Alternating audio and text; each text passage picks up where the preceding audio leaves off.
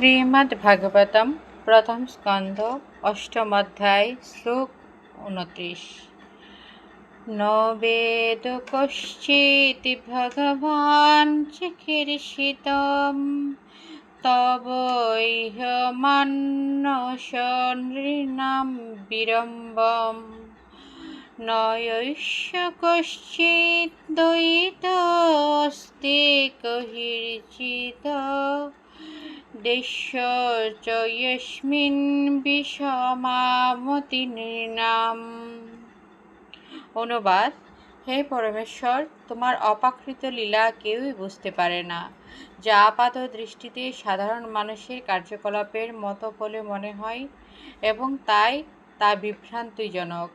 কেউই তোমার বিশেষ কৃপার অথবা বিদ্বেষের পাত্র নয়। মানুষ কেবল অজ্ঞতাবশত মনে করে যে তুমি পক্ষপাতিত্বপূর্ণ।